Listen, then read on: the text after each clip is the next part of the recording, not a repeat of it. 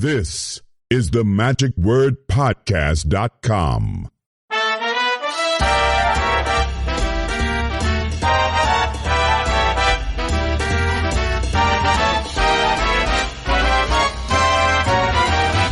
Well, we were on the final day of our IBM convention here in Atlanta, Georgia, and the first thing I want to talk about, we're going to be talking with several people today, but last evening was the award ceremony. I should say we had not only had the ceremony, but also the stage contestants, the finalists and everything. And I want to announce just the winners. I say there are several people who had won several awards, and if you'll go to themagicwordpodcast.com, there you'll see a listing of all of the winners as far as runners-up, awards of merit, and stage and for close-up for youth and adults. But just to quickly announce, the people who had won first place in youth for the close-up was Anya Stein from Cape Town, South Africa. In adult for the close-up was Michael Blomke, Blomeke, from Raleigh, North Carolina. Congratulations, guys, over there for winning first place in the close-up. And then those two who had won in the stage contest was, again, Anya Stein for the youth from Cape Town, South Africa, who had won first place for the youth. And in the adult category was Artem Shunik, and I know I'm mispronouncing his name, and he's from Moscow, Russia. And also for the People's Choice Award, the winner was Artem Shunik from Moscow, Russia. And the most exciting part of this was, for the first time in, I don't know, over a decade, we finally have awarded, or more, I'm not sure when the last time it was that was awarded, and that was, we gave away the gold medal, and that went also then to Artem Shunik of Moscow, Russia. Fantastic act. It was just one person. Well, we'll talk about this, I'm sure, with someone here today a little bit about the act. Boy, so much to unpack there. It's going to be so great. He has great potential, I think, for FISM then as well. Man, what an act. But first off here this morning, we're going to give you the conversation, or I should say the speech given by Stuart MacDonald at the Merlin breakfast this morning. And the Merlin breakfast is for those who have 25 years or more of consecutive membership within the IBM. And Stuart had agreed to allow me to record this about his journey to FISM. And so since we were talking a little bit about contests here, he is also going to be competing in FISM and has a very interesting speech that he gives to corporations, and he has an abbreviated version which he is going to give us this morning, and you will hear next. So I'm going to turn it over then to Sean Farquhar, who's past international president, as he introduces Stuart MacDonald at our morning Merlin breakfast. Ladies and gentlemen, it is my true pleasure to introduce our speaker for today.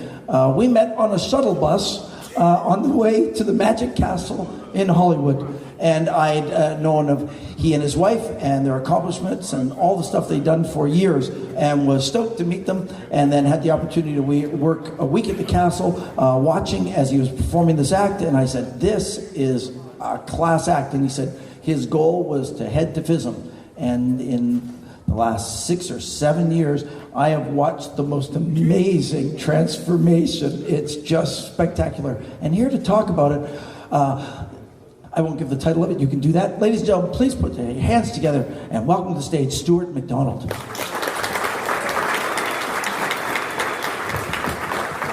Thank you, Sean. Thank you for inviting me to this prestigious event. It's really an honor.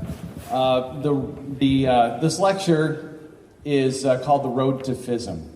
So I do this lecture at corporations, and so I download, and the lecture that I do for corporations is not called The Road to FISM. It's called How I Fooled Penn & Teller Using Lean and Continuous Improvement, which is a quality engineering term, Lean, Six Sigma.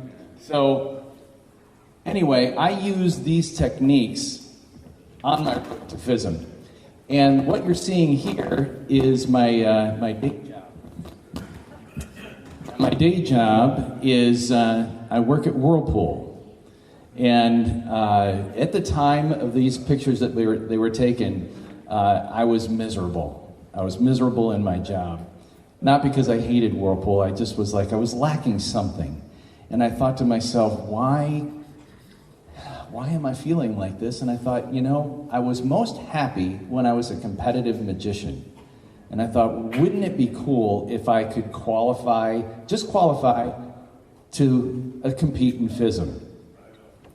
So I got this crazy idea 6 months before the 2014 combined convention in St. Louis. And I started working on my act. Now, what you're seeing here is, if you go to Whirlpool's YouTube channel, service and support channel, I am their repairman. I don't know how to repair appliances, but nobody would be the guy in front of the camera. So I had some other guy holding the camera, and then I would do all of the repairs. I didn't know what I was doing, but anyway, that's why I was miserable. So let's, there's a lot of slides here, so we're just gonna kind of jump through them. So the next slide here is, Whirlpool taught me about lean and continuous improvement. And this is my timeline before I had used this technique. Now, this is from starting in, what is it, 1979, that I was like in the 7th or 8th grade. And then we go to January of 2000. Very little happened. The biggest event that happened to us, we were working pros, we were in the college market, we were doing 100 shows a season. For 10 years, we did 1,000 colleges, but the biggest thing that ever happened to us was getting on the Stapp Brothers show. But then, Whirlpool put me through a program of lean and continuous improvement.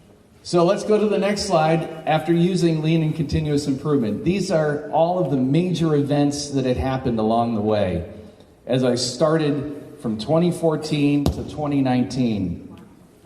And the biggest thing that happened was in 2017, I won the stage competition at the Combined Convention in St. Louis, not in St. Louis, in Louisville, Kentucky. And I won the SAM stage contest, and then I won the Originality Award, I won the People's Choice Award, I won just about everything, and I didn't even have that in my sights. I was only trying to qualify for FISM, and I did, but I did much more than that. So let's go to the next one. Let's go back to 2014, before I started this whole lean and continuous thing. I got this idea, and I go to the competition. 6 months of putting this act together. And what do I run into? The Korean tsunami. I basically face planted on stage. My dancing cane was all tangled up, and I thought, oh, my act was terrible.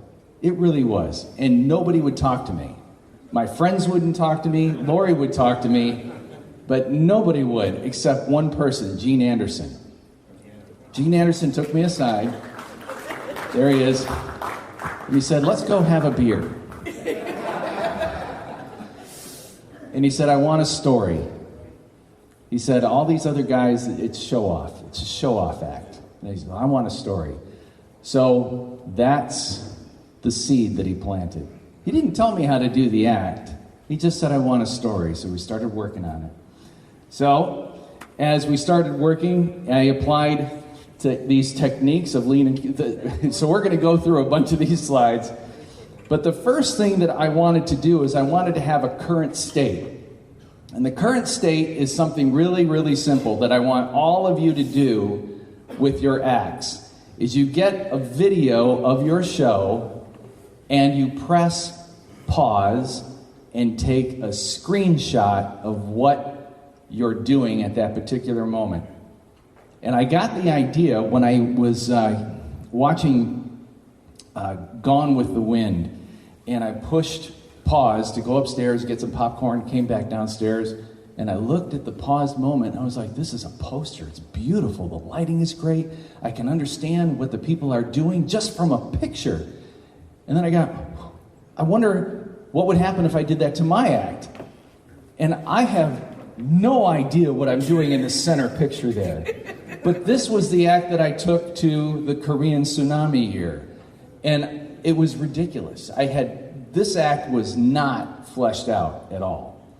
But I also knew that I had a starting point. So this was my current state. My future state is harder to do because I couldn't figure out what I was going to be. So the only thing that I could do is I took two of my people that I look up to in magic, and that would be Lance Burton and Veronin. Lance Burton for execution and magic, and Veronin for character and acting. So that was my North Star. And as I kept on nipping away at it, we kept on working on the act and working on the act, and some other things started to occur to me, is you need to reach out for help. And if you look on the screen here, there are some people that you might know. Oscar Munoz and I, we talk to each other weekly. I don't even know how he's still friends with me after all the stuff that we've talked about, but Oscar, and then Sean Farquhar, Gene Anderson, and then this is Michael Ewan, and this was my high school drama teacher. And she's now a New York director. But the one person that I want to talk to you about is the next guy. His name is Tobin Ost. Now, Tobin Ost, he was nominated for a Tony for being the production designer for Newsies on Broadway. And he just finished up with Steven Spielberg's West Side Story as a production designer. He's from my hometown of Adrian, Michigan. He also went to Adrian High School, and there is this small little theater in my hometown called the Croswell Opera House. And I thought, well, why don't I just give this guy a call? He's from my hometown. I didn't have his phone number, but I went to his Facebook page, and I looked it up, and I just sent him a note. I said, hey, I want to be in the World Championships of Magic. I'm going to send you a video. Could you help me out? 10 minutes later, my phone rang. And he said, Stuart, this is Tobin. And I go, hi. And he said, and this is a true story. He said, Stuart, I really want to help you out. And I go, well, I can't pay you. I mean, you're a Broadway guy. There's no way. And he says, no. I really want to help you, and I want to tell you why. He said, when I was in the 5th grade, you brought me up on stage, and you did the cut and restored rope trick.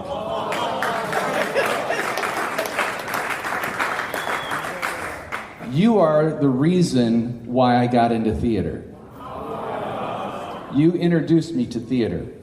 So, he and I went through this whole 3-hour conversation of what the heck is wrong with my act. He's saying, why are you wearing a purple suit? Why are you doing this? Why are you doing that?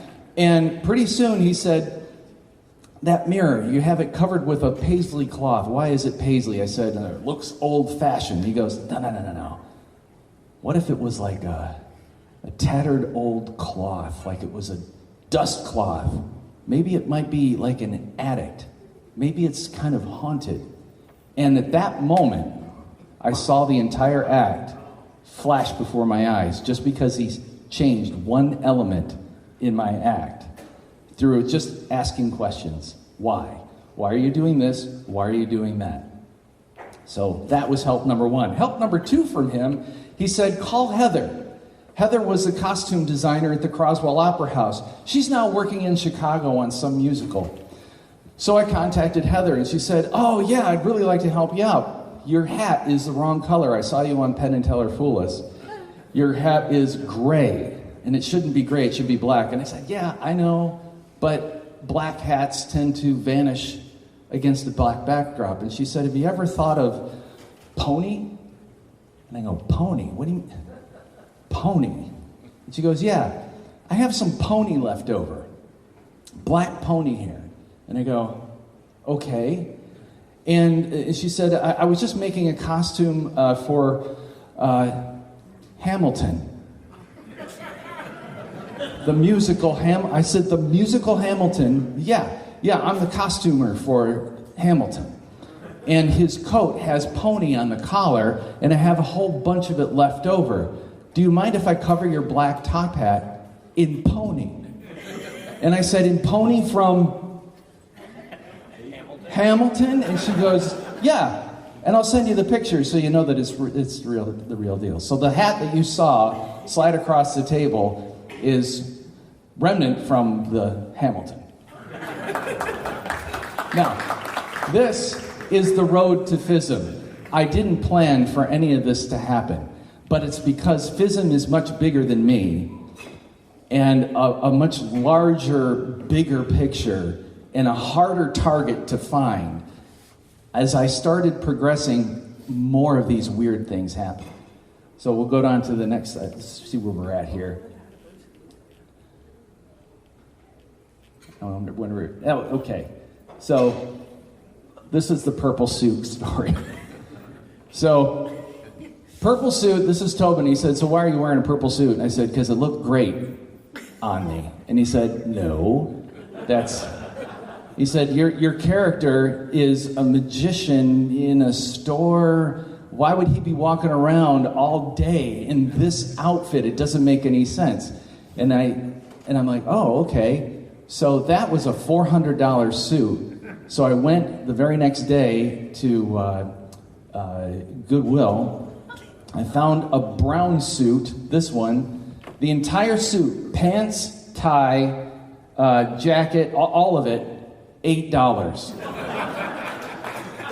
And that was the beginning of my character, because as soon as I changed into that, I'm still doing the same stuff, but all of a sudden I'm a different person, a character. So, we progress through here. And which one are we going to work on this? There's all kinds of interesting things. Oh, yes. Sean Farquhar mentioned this. I got this weird phone call. I have been trying to get into the Magic Castle for 30 years with the magic of Stuart and Laurie. Never happened. And then all of a sudden I get a call from Jack Goldfinger. And Jack said, I hear what you're doing. Todd Carr called me and he said I should give you a call. And so, all right. So Jack said, I'll call you later. I'm like, why'd you call me? I thought you were going to book me. And he said, I'll call you later. Okay.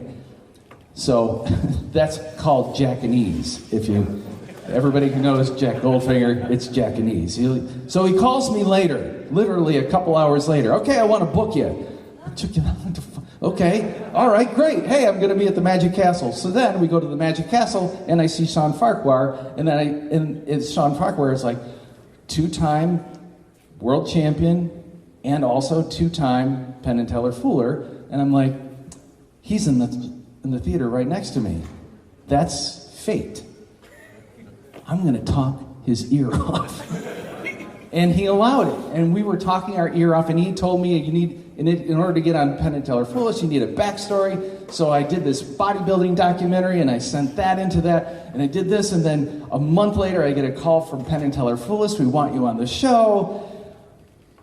Thank you.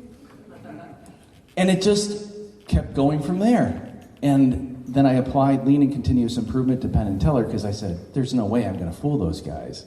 So I came up with this wild idea that I was going to, 30 days before the show on Penn and Teller, I was going to do my act 100 times in 30 days, videotape it, and I was going to improve just one thing each time I videotaped my act.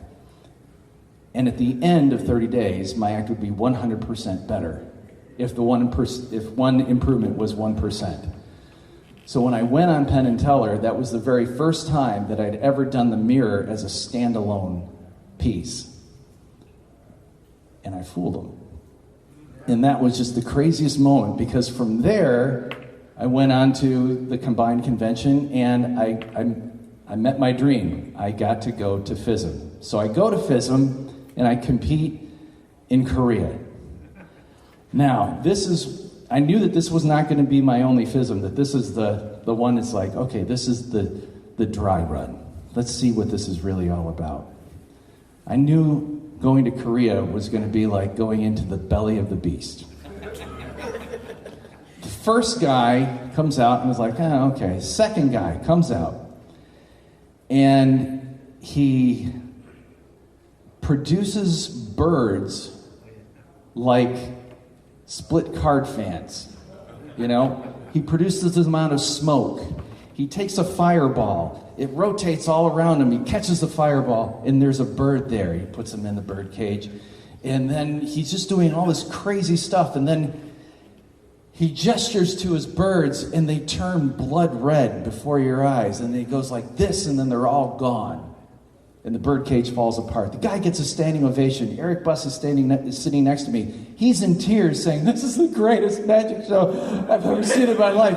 And we're on the second performer. And I look at Lori and I say, "I quit." Game over. So the stage manager, when it comes my turn to perform, I always screw up his last name, but Gay Lundberg. He walks up to me and he says, "Stuart,"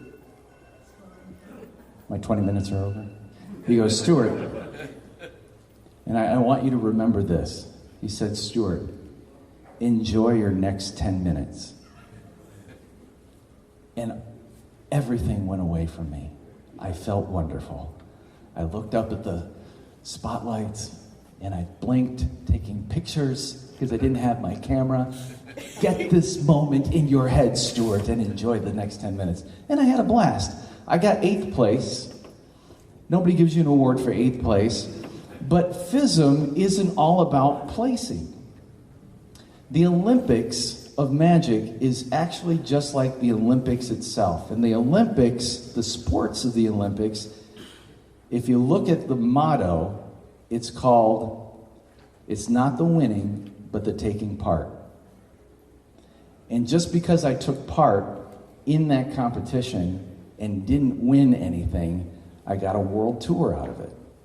I went to China, I went to Greece, I went to Italy. Gabe put me up on his convention, which is a beautiful convention in Sweden, and it was amazing. So let's go back to my current state and see how well I did. So remember what I looked like.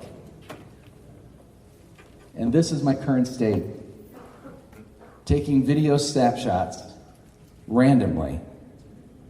It's a completely different story. And it's just by working a little bit at a time on something that is bigger than you are. And the craziest thing happened that I'm going to conclude with. When I was competing in Louisville, the two gentlemen that I used as my North Star that I picked years and years and years ago, Lance Burton and Veronin, were at that show. Wow. And that's the proof. So how crazy is it that on the road to FISM that all of these wild things that I could never have predicted happened just because I took the chance to fail, I took the chance to grow. I mean, it is the hardest thing that I've ever done. And if you can imagine 150 Artems all performing and competing for a prize, that's what FISM is. Artem is FISM. So, thank you for letting me share this moment with you. And thank you, Sean. And thank you, Oscar. And thank you, Gene. Come on, Stuart MacDonald. You're awesome. Seriously awesome. That was great. Really good. Yeah, that's and the story is just not over.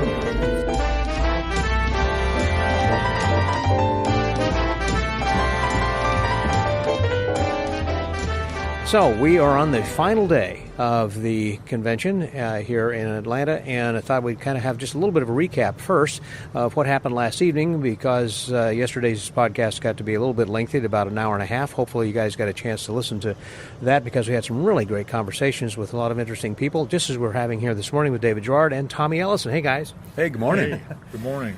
So I want to talk a little bit about last night and then kind of the convention in general, but last night was the FISM acts, I guess, or what you'd say. So what were your thoughts about last evening? Oh, it was a contest, actually. It was just it was a close. That's right. It was just a contest. And the night before was that? Okay, I'm getting confused. That's right. and you just are aware. First of all, the great variety. Yeah. You see all kinds of magic. You see sort of traditional things like manipulation, and then you see these amazing acts from China and other. I mean, it's astounding to see the different ways in which people approach magic. That's a good point, because this is the International Brotherhood of Magicians, and that was no more apparent than last night. We had China and Russia. Very much an international show. Yeah. Tommy? Not only that, you've had a great diversification of the female in magic, moving from the role of an assistant to the actual on-stage performer, and there were several on the show last night. They were absolutely fabulous, and many of them won the big prizes and, placed in the competition and did well. And youth, too. The young lady that took all the prizes in the youth division, I mean, she was the one that walked out with all the bling, right. all the money and all the trophies. And, right. And we had just had a lecture earlier in the day about, how you think about the assistant and the role of women in magic and all that. It was very good. She could actually buy a couple of tanks of gas with all that money. And she was from South Africa, which was interesting, too. Again, kind of bringing in an international flair to all that. And the thing is, too, you see the influence of people like Jim Steinmeier in her act and in some others, just how people have taken maybe some things that have been around for a long time and given them a new look. Right. That's a good point then, David, because that particular Think a Drink act of Jim's, I think he had published in Device and Illusion. Device and Illusion, which first appeared, I believe, in Magic Magazine even. And he's actually working on a new edition of it that will include some photographs and things, but I mean, that hospitality's worth the price of that book. Yeah, that was great.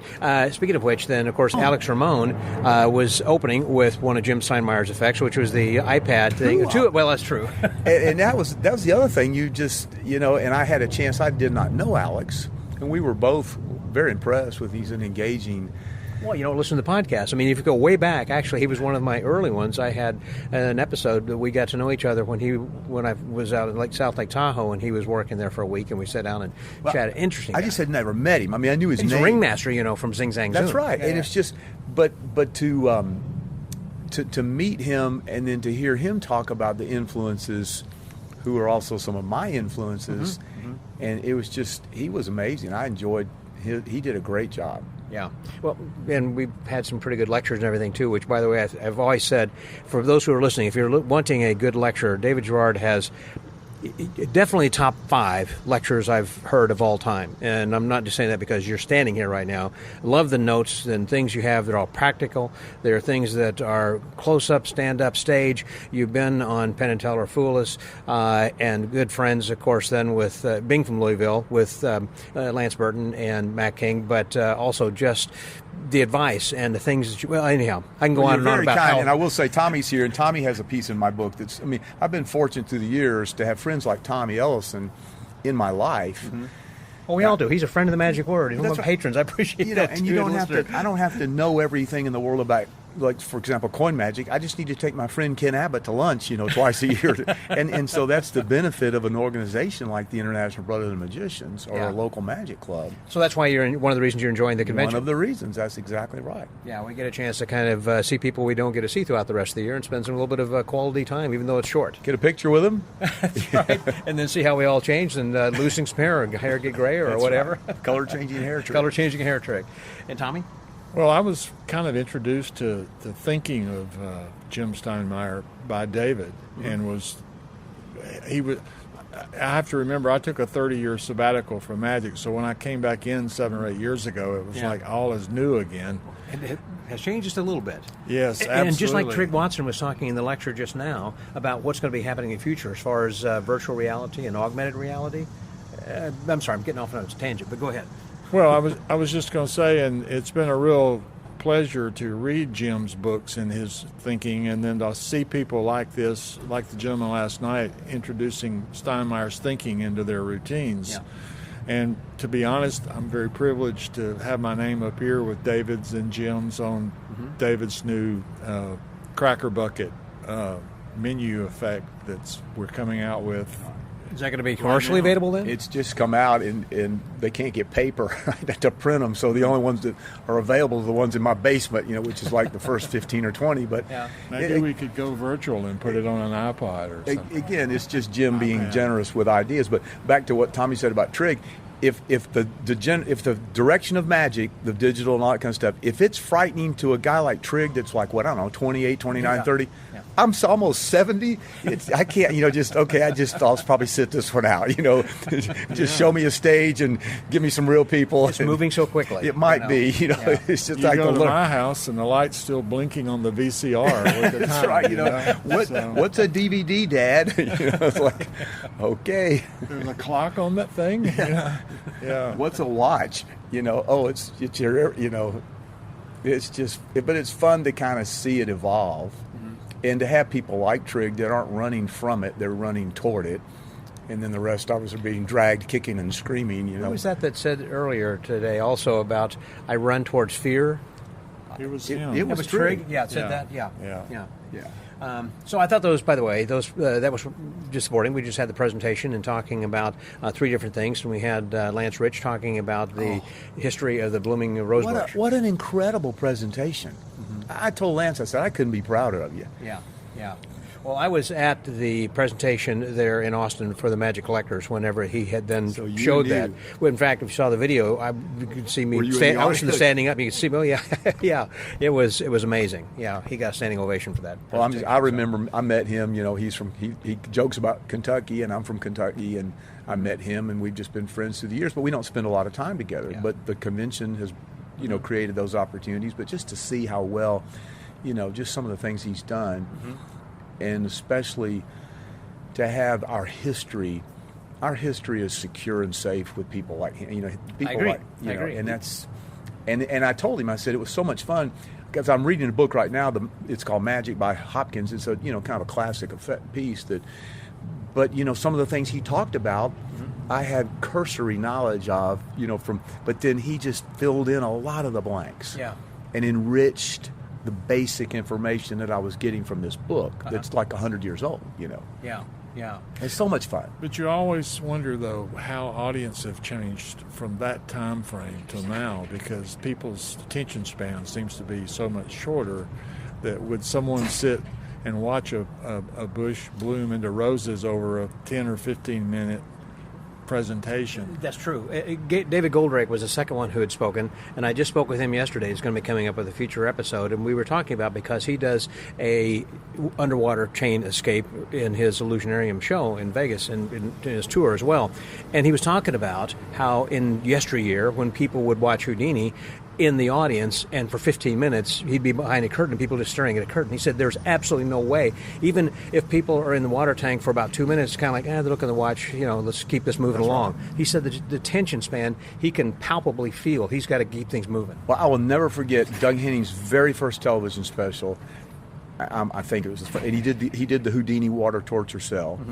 And when he was writing about it, telling about it later, he said, as I was upside down in the tank, looking into the red eye of the camera, knowing that I am live on television right now, he said, the thought went through my mind, more people are seeing me in this moment than ever saw Houdini in his entire lifetime. Wow, that's kind of heavy.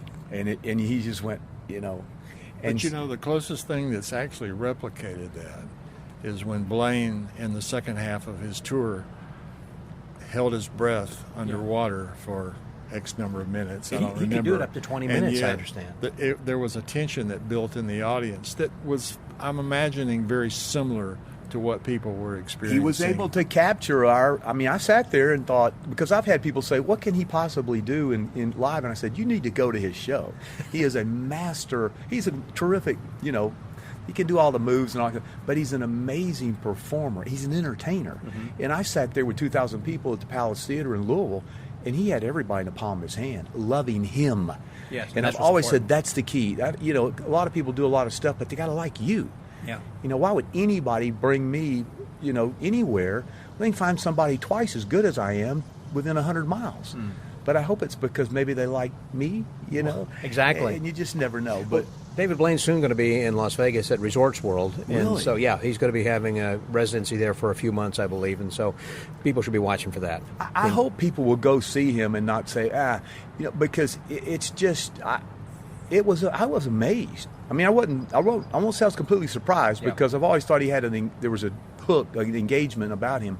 But I learned so much about presentation and showmanship that night. I mean, he's basically doing things that you would think, well, how are you going to play that in a 2,000-seat theater? Mm-hmm. And he had the TVs and all that kind of stuff, but still, he carried the show. Yeah, and that's what's important. Listen, guys, thank you very much. I'm so we could sit and talk the rest of the day. And hopefully we will with someone else. That's right. Maybe we should go sew our lips together. That's right, for just a little while. So for the Magic Word Podcast, that was David Gerard and Tommy Ellison. Scotty L.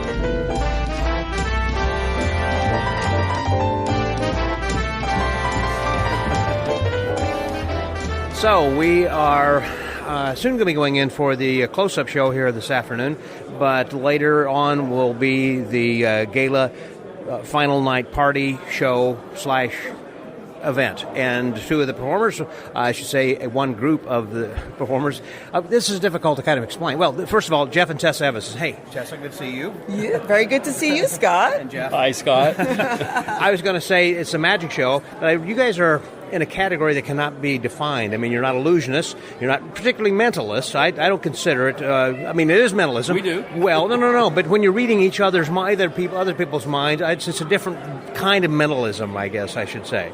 You know, because I always think of mentalism something of what everybody does, but you guys are not everybody. I mean, there are very few people in the world who do exactly what you do.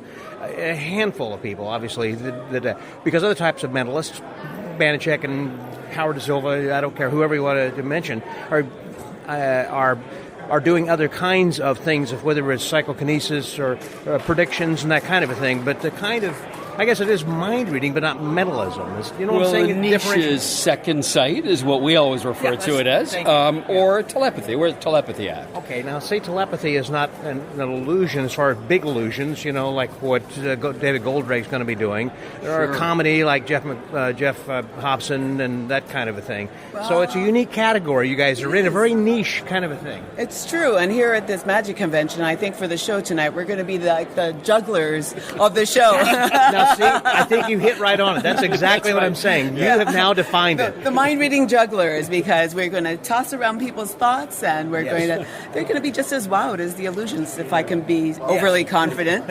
I think we really connect with them, and I think sometimes you may have difficulty, as people often do, but we are the mentalist duo. We coined that phrase and started the movement many years ago, and sort of really got people back into second sight. You know, it's been around for centuries. Met a few here at the conference. There's a few acts that are learning it and mixing it in with their magic act. That's the way we used to do it. Oh, yeah. We do illusions, come back to second sight, back to illusions. Have you ever done any kind of instruction like that as far as getting classes and teaching? I mean, people are coming up and asking like for tips and things, I'm sure, but have you ever one-on-one done something? Not formal classes, but we have assisted couples a little bit one-on-one, but very light. We have plans for the future to help with programming and help. I don't know if you're going to be aligned with Jeff McBride's school, because I know he has different kinds of things within his Magic and Mystery School, but nothing like that. Reached out to us, but maybe something of that nature. We'll see. You never know where it goes, Scott. We have ideas and dreams, you know, and all of us do, and you never know where it leads you to. That's right. Well, after the pandemic is over, now things are opening up, and you're starting to hit the road and go around the world again, I guess? Or? Well, nothing's been other than Canada and the U.S. so far, but we're back on the road. Yeah. So well, not to what it was. Canada. You're right. We're lucky. It's pretty tight, you know, getting in and out of that country. I mean, they weren't letting people across the border, you know. Well, we have good fortune because we're dual citizens. So. Oh, that's true. When we would cross the border over the last 2 years, there were times, most times, nobody at the border crossing back to the U.S. And they would come out and stop us and say, how did you get into Canada? Because we have U.S. tags in our vehicle and whatnot. Yeah. So, because really for a long time you couldn't get into Canada unless you were a citizen. But we were able to go back and forth. We'd have to quarantine 2 weeks when we got there. So really, we didn't do it too often. Yeah, we stayed there for most of the pandemic. Now, when you were quarantined, did you have to were you able to go home, or did you have to go to hotel? No, you go home, but you couldn't leave the property in the beginning for 2 weeks. But that's long gone. But you had to stock up on food, bring food with you, and I think they were discouraging traveling. That's the idea. I believe as time progresses, I was just talking with someone a moment ago about how in the future, very near future, we'll be saying, well, was that pre-COVID or post-COVID? I think that's true. Oh. I mean, it's hard to know for sure, and it just feels like it's going to be around for quite a while. Kind of like an unfortunately 9/11. Was this before 9/11 or after 9/11? Yes. You know, it's There's just a kind marker in history. Yes, division in absolutely. time. Right. And I think it's really, in some ways, more dramatic than September 11th because it's affected everybody around the world. So it's a world historical marker. That's right. Yeah. That's very true. Well, about the convention, you guys have been enjoying the convention here so far? Just loving it. I mean, the 100th year. This is just incredible. This is our first time at an IBM convention in the U.S. We've done That's right, Quebec before, right? In the I don't remember where that was last time. We had it in Canada once, but I don't remember where that was. I don't think we did an IBM in Canada, did we? We did Magie Montreal. It was. We didn't perform it at IBM, but I thought someone recently said that there was one in Quebec Yeah, City. but we weren't there. No, we weren't there. Yeah, but yeah. there was an IBM. But this is the first IBM convention you've been to. In the U.S. In the U.S., We yeah. we did one in England, in Eastbourne. Oh, Eastbourne, correct. Quite a number of years ago. Yeah. Okay. And so this has to be a little bit different experience because, like when I've seen you before, like at the Mindvention, a little bit different kind of a thing. Yeah. Obviously. And but this is different. Have you? And I've seen you also at some other conventions, but this being a national convention, you've been at an SAM convention? We did. Yeah, In Milwaukee, I think. Well, Wisconsin. Yeah. Do you like doing conventions and getting a chance to kind of meet magicians? And Love it. Of course, because our background is magic, and the majority of our friends are magicians. And as we all know, when we're busy working, and of course, unfortunately for the pandemic, we haven't connected with people in person for a long time. So the convention is the place to do it. So. Get it. Yes. This is the place. And so during the pandemic, real quickly, and I'll kind of let you go, but what were you doing during the last 2 years? Because, your act, I would think, would be something also you could do over Zoom, I guess? We did a lot of Zoom shows. We had it took us a few months, but we eventually had 4-camera set up at a studio. We took a lot of classes, still taking classes, still learning, and evolving. Maybe it's coming back. Who knows? We have some virtual shows coming up. We loved it. Oh, yeah, it was a great experience and a great way to perform. I was wondering about that as far as corporate shows go, if some companies in the future will continue to do that. In other words, we have a big investment of money and time and learning and then buying the equipment, and you just can't say, okay, I'm putting that in the garage and moving on, because that's a lot of money just to put away. Yeah, we'll see. I don't think it's going to change. I think it's going to continue for the long term. Maybe for holiday parties, they saved a lot of money by doing it virtually. It wasn't as fun for the employees, and a lot of them will go back. But they don't have to drink and drive. Right. That's right. There's a lot of benefits to it, isn't there? Yeah. So who knows? I think we'll see more of them in the fall, and that seems to be the feeling out there. So, any other conventions, magic-wise, that you are booked for in the year or two? Not magic conventions. We're doing Dickens. That's our next Dickens in Maryland. We'll be there. That's Rich Block's theater? Yeah, his brand new theater. Yes. We can't wait. So we did the old theater a number of times. I didn't know he had a new theater. Wait. So when did this? The old one is gone. Okay. And he built from the ground up. And it looks very impressive online, so we'll see it in person. John Stetson was there this week. He just wrapped up. So he's got a lot of magicians, mentalists, everybody coming in. Is that a much larger theater as far as the how many people it will hold? And I don't. It's bigger. It's larger, but I don't think it's. Seeing the photos, it doesn't look like it's huge. Okay. Hard to know how many seats. I don't know. We didn't. What was it before? Like 70 or something, or how many? I think about just that. Under 70. Yeah, it was about that. It was an old garage that he added on to and built. It was quite impressive. Were you ever there? I haven't been there. Oh, it's beautiful. The old one was lovely.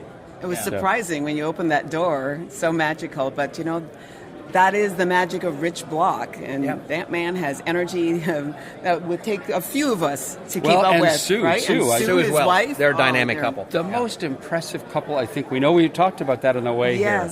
They're just unbelievable, what they've accomplished in their life. Incredible. If people want to be impressed by them, just go to Dickens' website and see the little story about how they met and what they've done in their lives, and it will just blow you away. And you just would want to meet them, and you'd want to go to the show or be on the stage if you're an entertainer. So, I'm serious. Yeah. Okay, Rich, when I see you, you're going to give me payback.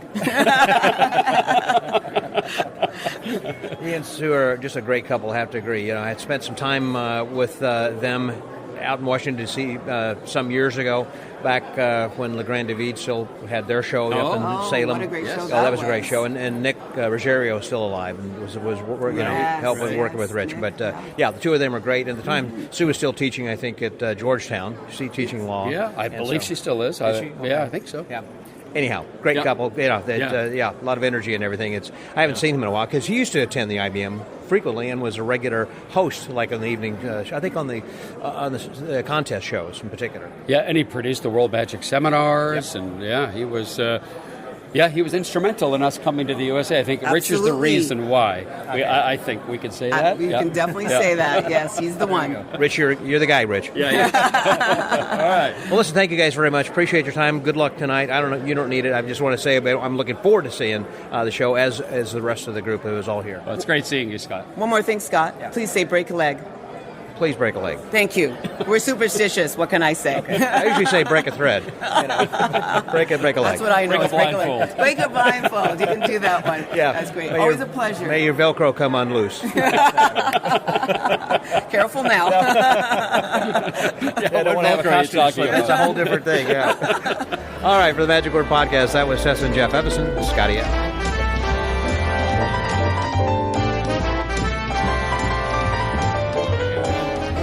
So I want to get just a couple of other ideas and reflections on what we've been doing here at the convention from someone who actually is a director, curator. What the heck are you? Jeffrey Allen. Hey, Jeffrey. Hello. I'm on the board of directors for the museum, the American Museum of Magic in Marshall, Michigan. There we go. I'm also on the board of trustees for the IBM. As well, which is another good reason, which is why you're walking around in coat and tie. Not pretending to be in charge. No, pretending to be somebody. And also have then with me Jeffrey's assistant, Angelina. Hello, Angelina. It's Angel again. Angel.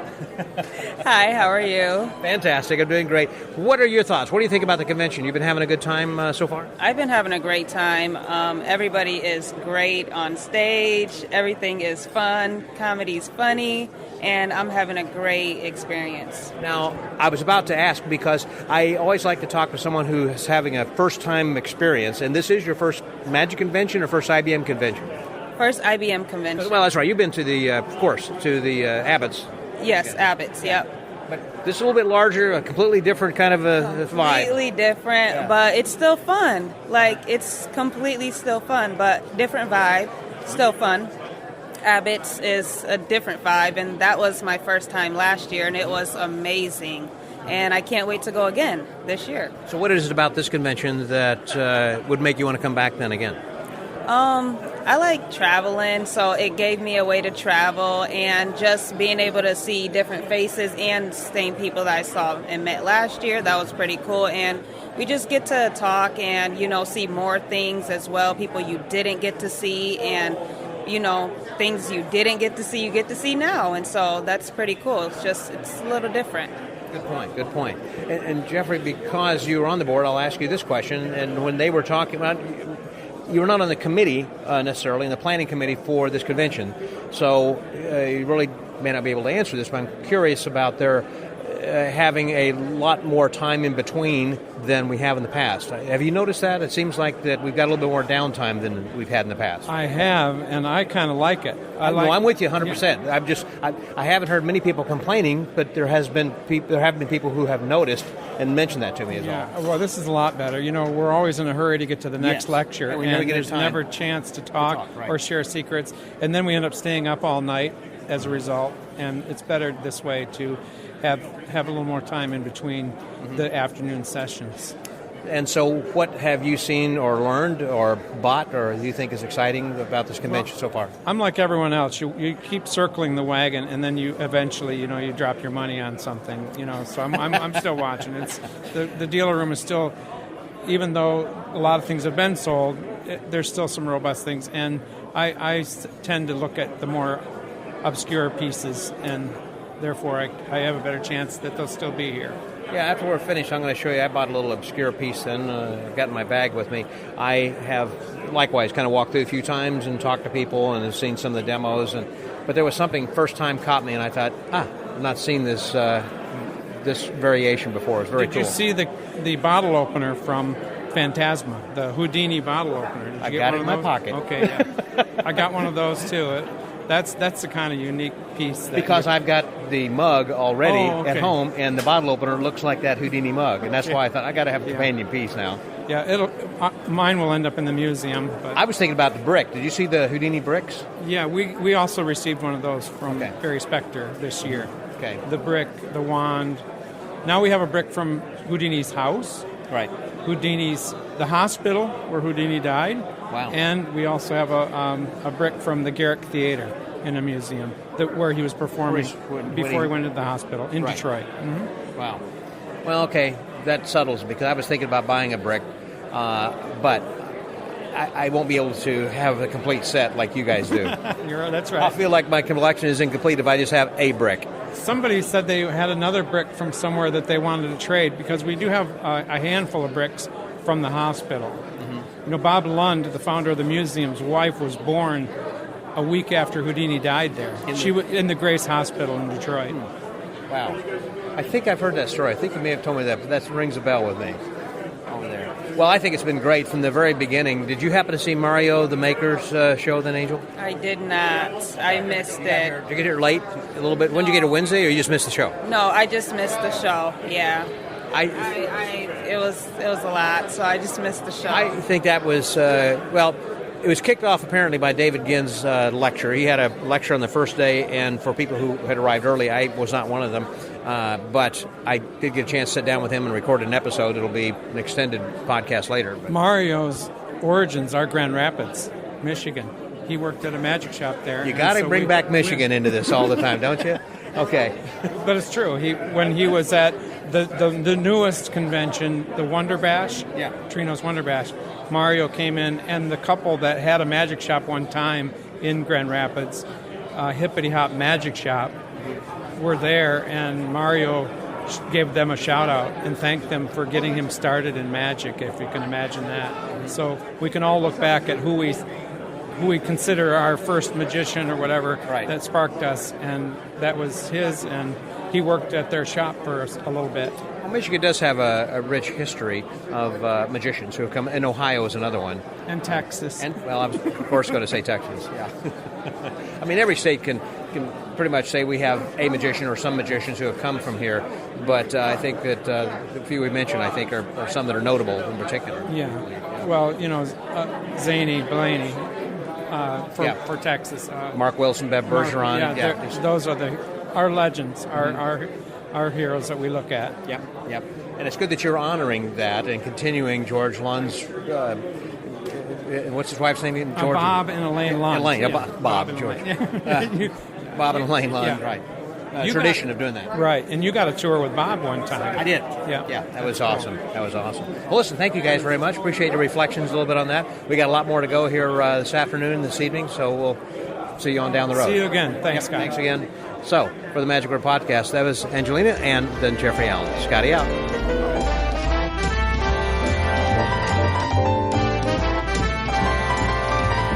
One of the people who is part of the talent for the evening show, the gala show, is Trigg Watson. He's here with me right now. Hey there, Trigg. How you doing, man? Hey, Scott. I'm done. I am done. It has been been working all convention. I feel like now I can relax. Yes, you can. But the problem is that it was the last night because it's hard to. Well, it's easy to relax then right now, but you've been tense like leading up to this. Yeah, and now I have to pack.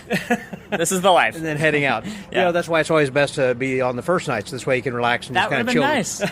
That would have been nice. But there were so many things because you had two bits. You kind of had to prepare for. Yeah, well, I got to speak at the teen weekend kids earlier in the convention, which is something that I went through when I was a kid. So it was really cool to do that. And then I got to do a little TED Talk style presentation this morning, and then of course was in the show tonight. So it's been a lot. So the things that you did then for the teens, was that just about marketing or about tricks in particular, or what did you talk with them about? Yeah, I'm not in a position to disclose what goes on during... No, I'm kidding. I'm trying to encourage people to actually sign up and go to the team thing. Oh, absolutely. So we were given free rein to talk about anything we like, but Lance didn't want any... just sort of general motivational, follow your dreams kind of stuff. He wanted us to really share practical information. So, for example, I shared how I write a cue sheet for when I enter a theater and I need to, communicate what I need in my show for a light person, a sound person, a curtain operator. I shared my format for how to do that. I talked about how I kind of used my college campus and high school resources to further my magic career. So, really trying to come up with, practical stuff that would have been useful for me to know when I was, younger. And that was also a very interesting talk that you gave them this morning as well, and talking about the future and what's going to be happening. And so I liked your comment about, I run towards fear. Yeah. I think we have to embrace it. Yeah, I feel like, as magicians, it's our job to do impossible things, and the world is getting more and more magical as we speak, and I feel like sometimes it's easy to feel like in our heart that we're going to run out of, all right, if we can now read people's minds through, some being hooked up to some machine, well, there goes mentalism. Like, where's our job? We're losing a job, so figuring out, I think for me, I just like to lean into that. I'm like, all right, let me learn about the technology out there that sometimes feels like it's gonna kill a certain genre of magic, and see, okay, how can we leverage this, and lean into that, and we might be surprised with what comes out. And because the truth is, magicians have always stayed ahead. We found a way to ride that curve, even if it feels like we're not going to be able to. We always find a way. Well, just as we have during lockdown, where we've been able to access Zoom, and you think about, you need to have a real person to pick a card. Well, you don't need to have a physical person there. Right. Yeah. There's other ways to create enough credibility and conviction among the audience that what's happening is really happening for them in real time using other methods. Right. This has been a great convention, and we've had just a lot of diversity here as far as youth and older people with experience, and then some younger people here for the first time performing, as well as just great professional shows, I think, in the lectures and the stage contests and the giving away the gold medal. Yes. That means a lot. I thought that guy was amazing. I agreed. Yeah, incredible. Yeah. So, are you going to be competing at FISM this year? Or are you no. involved Well, in when I got invited to perform at IBM, I decided, 3 conventions in 1 year feels a little self-indulgent. So, so I decided to do Magic Live. I got booked for IBM, and I decided to hold out on FISM this year. Just because come to TAOM? I don't have plans to be at TAOM. Okay. See, now I've got to go work on new material so that someone can pay me to show up at a convention. That's right. That's right. Next time. That's right. Yeah. Well, Trig, it's very good to seeing you as well, and congratulations on everything that's going on with your career. It was Thank good you. Seeing you there, of course, at the Masters of Illusion. Which, yes. That's going to be season 9 coming up before long. Yes, I think later in the year or early next year we'll get to see that. Right, and I'll be posting those 2 episodes actually about that. Then later as we get a little bit closer, in which we talk about this and stuff there too. So always good seeing you. Congratulations. Likewise. And good luck, and I'll be seeing you down the road. Thank you, Scott. So the Magic Word Podcast. That was Trig Watson, Scotty out. Over and out.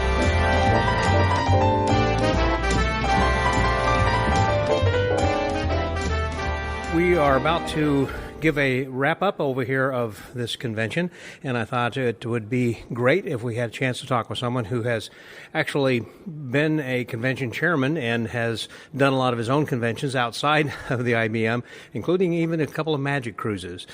Here he is, David Sandy. Hey, David. Scott, it's great to see you. Great to be with you. That's one of the great things about attending a convention. Aside from the convention programming activities, we get to see a lot of friends, and we get to reconnect. And, and make new friends. I have talked to so many people who have said, I've made so many new friends at this convention. Absolutely. And, one of the things I have enjoyed about this convention, it has been a different convention. We're not in a theater for the evening shows. That has advantages, that has disadvantages. But one of the things I really did enjoy about this convention, I felt like we got a mix of some acts that were legendary or classics. We got to see the incredible EVASONS this evening. Oh, yeah. Truly one of the best in the business Premier. When it comes to absolutely. And we got to see some new acts and some acts that I had heard of but never really got to see in person. And a gold medal. And the gold medal. And I was lucky enough to be asked to be a judge for the gold medal competition. And one of the exciting things about when the judges went to convene after the contest to talk about the awards, it was unanimous. Every single judge said, we have a gold medal winner. It wasn't that anyone had to be convinced. Artem, he had the theater, he had the skill, he had the presentation, he had the routine, he had the look. I mean, it was flawless. It was flawless. It looked like he came right out of a Cirque du Soleil type of a show. Yeah. I mean, it was really a class act, and it was well earned, well deserved, and I was just proud to be one of the judges who was able to award him that honor. I was one of the judges that was in the preliminary in order to send the finalists on forward. Yes. And as soon as we convened also, knowing that you guys were going to be the ones, or I didn't know at the time who was going to be there, but I think we were unanimous too, first saying, there was a gold medal act there today. Yes, unless he really would have messed it up on that final show. I thought there are a couple of places that could go wrong, and they were great. Yeah, it was really good. And, you know, this big... I was going to say, as far as like the Wuxan, I think I saw them in the preliminary, and they were phenomenal, but that evening, apparently, they couldn't use pyro. Right. And there was a lot of pyro in their show to begin with, and it made a world of difference. And they had to make some last-minute adjustments. Their show was still great, but the pyro just kicked it up 50% more. And by taking that out, it was... And see, I didn't see them in the preliminary competition. So the first time I saw their act was when they were in the gold medal competition.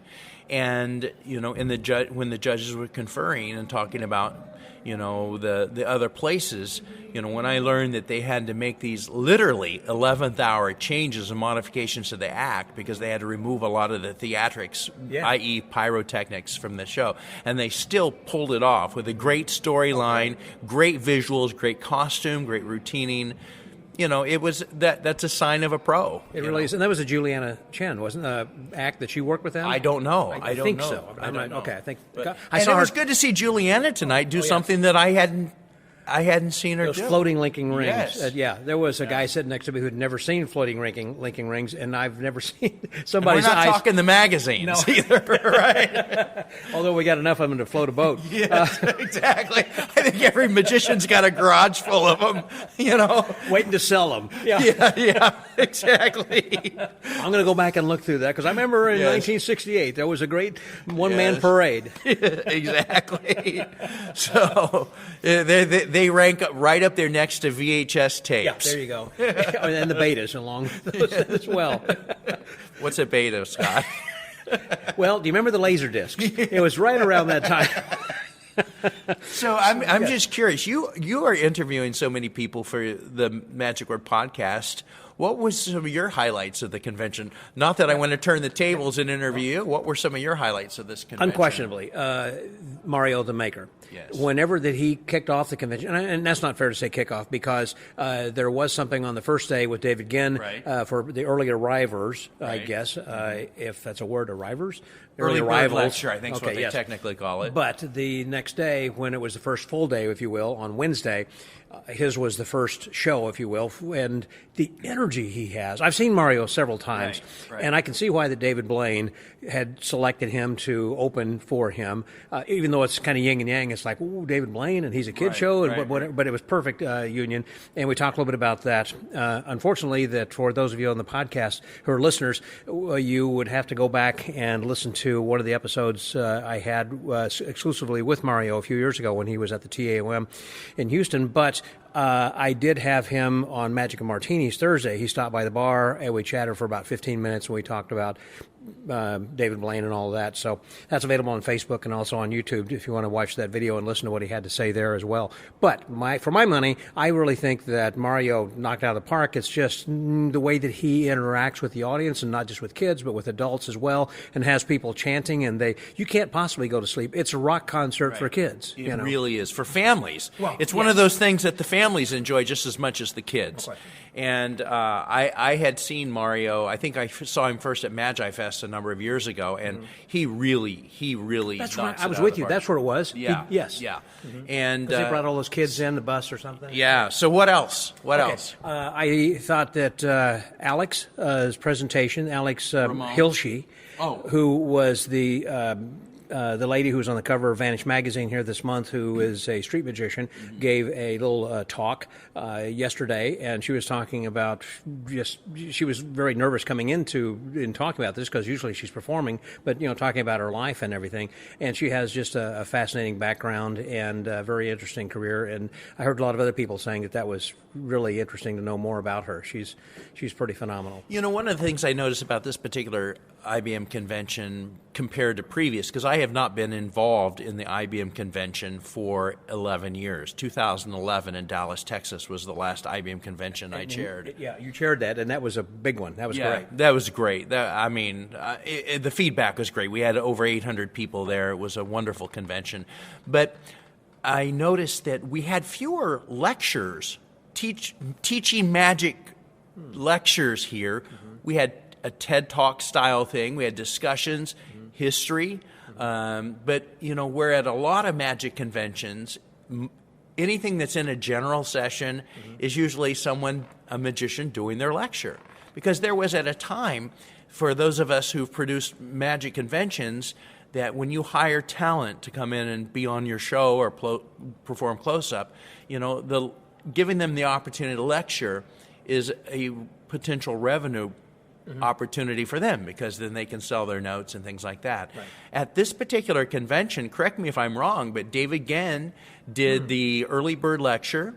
We had the one-trick lectures, which, like Joe Turner and others just taught one trick. But they weren't selling notes. No, but there were Were there any other actual lectures? Now that you mention it, I do not remember seeing a lecture table after someone was finished talking saying, hey, I got merch over here at all. David was the only one. He's got something in the dealer's room. That's a good point. That is different. And we did have a lot more time scheduled between activities. Yes. So as we have an aging population, we got time for naps, but also more time and for visiting. Some of our members to recharge their scooters. We shouldn't laugh about that. You and I, Scott, it's not going to be that much longer. Yeah, almost there. Almost there. Don't push me. Well, actually, I could use push. But, I enjoyed the free time. I enjoyed the downtime just to hang with friends. Because, when you and I were young going to our first conventions, I bet you were like me. You didn't miss an event. Nor a session at night. Right. I mean, I was exactly. I mean, it was magic from sun up to sundown, learning, gleaning. But now we go to conventions, we see the programming, but we also go to hang with our friends and reconnect with friends. And so it's nice to have some of that downtime to do that. And it was nice that they had a schedule like that. As far as the location of this, we've talked about this on a few other people on the podcast, and I think the hotel was excellent, nice, close to the airport, which has a disadvantage from the standpoint you're not near a shopping center for some families who might want to go to the movies, or if they want to do whatever. It's not convenient to a lot of dining around here. That's only a disadvantage. Everything else I think was pretty good, and the staff was very helpful as well. Right. Tonight's show, I wanted to run over that then a little bit then as well. RAFAEL was the MC, and he's from he's from Belgium, and did just a great job with a lot of bits in between. That was a lot of fun. And it's nice to see other performers take classics like his chapeau routine, who we've seen, the Gene Andersons and Jay Marshall, all these people do it. And it's just nice to see variations, and it just shows that, something that's, decades old still can be very entertaining. Just like you said with Juliana CHEN with the linking rings, that we hadn't seen very often. Seen Kristen Lambert and a few other perhaps, who have done that with the kind of floating rings. But before I forget it, by the way, one other thing that was a highlight for me, as we said about the gold medal being given, but that guy, Artem, it knocked me out. I mean, that is a memorable act. I was in a social setting with him last night, in a hospitality area, and the way he could move his head on his neck, it almost looked like I can't do that. Serpentine. And I said, how do you do that? He did it several times. I cannot get it's just very. Maybe that's some mime trading or something. Yeah, I hope people who are listening to this can go to YouTube and find some video clips of him, because he's just you're going to see a lot of him. I think he's a name on the horizon. People are going to be noticed. Yeah, absolutely. So going back then, finishing up with the show, then Juliana Chen was there.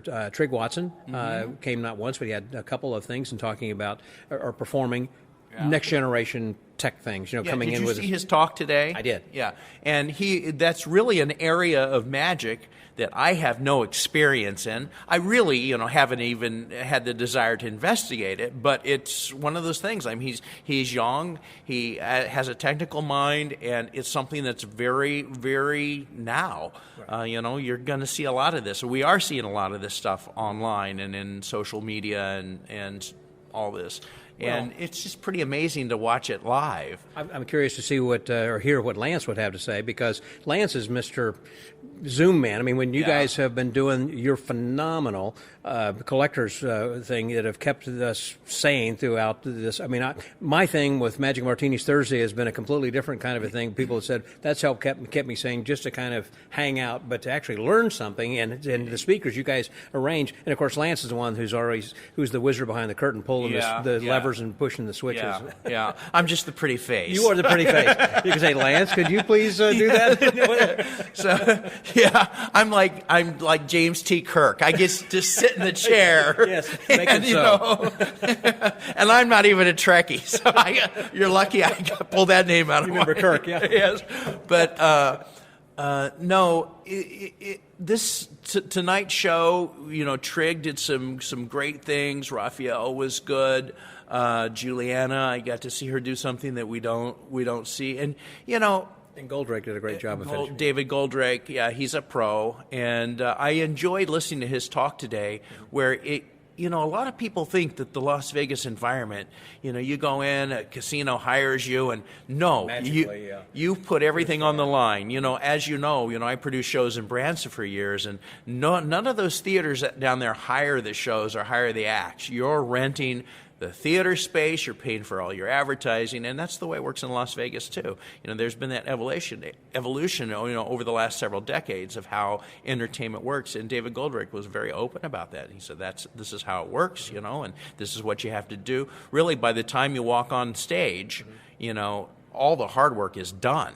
All the real work behind the scenes of getting the butts in seats, and everything that needs to happen. I think that's what he said when they went in to begin with. They had a 315-page business plan and a 14-page plan for the Magic. Yeah, exactly.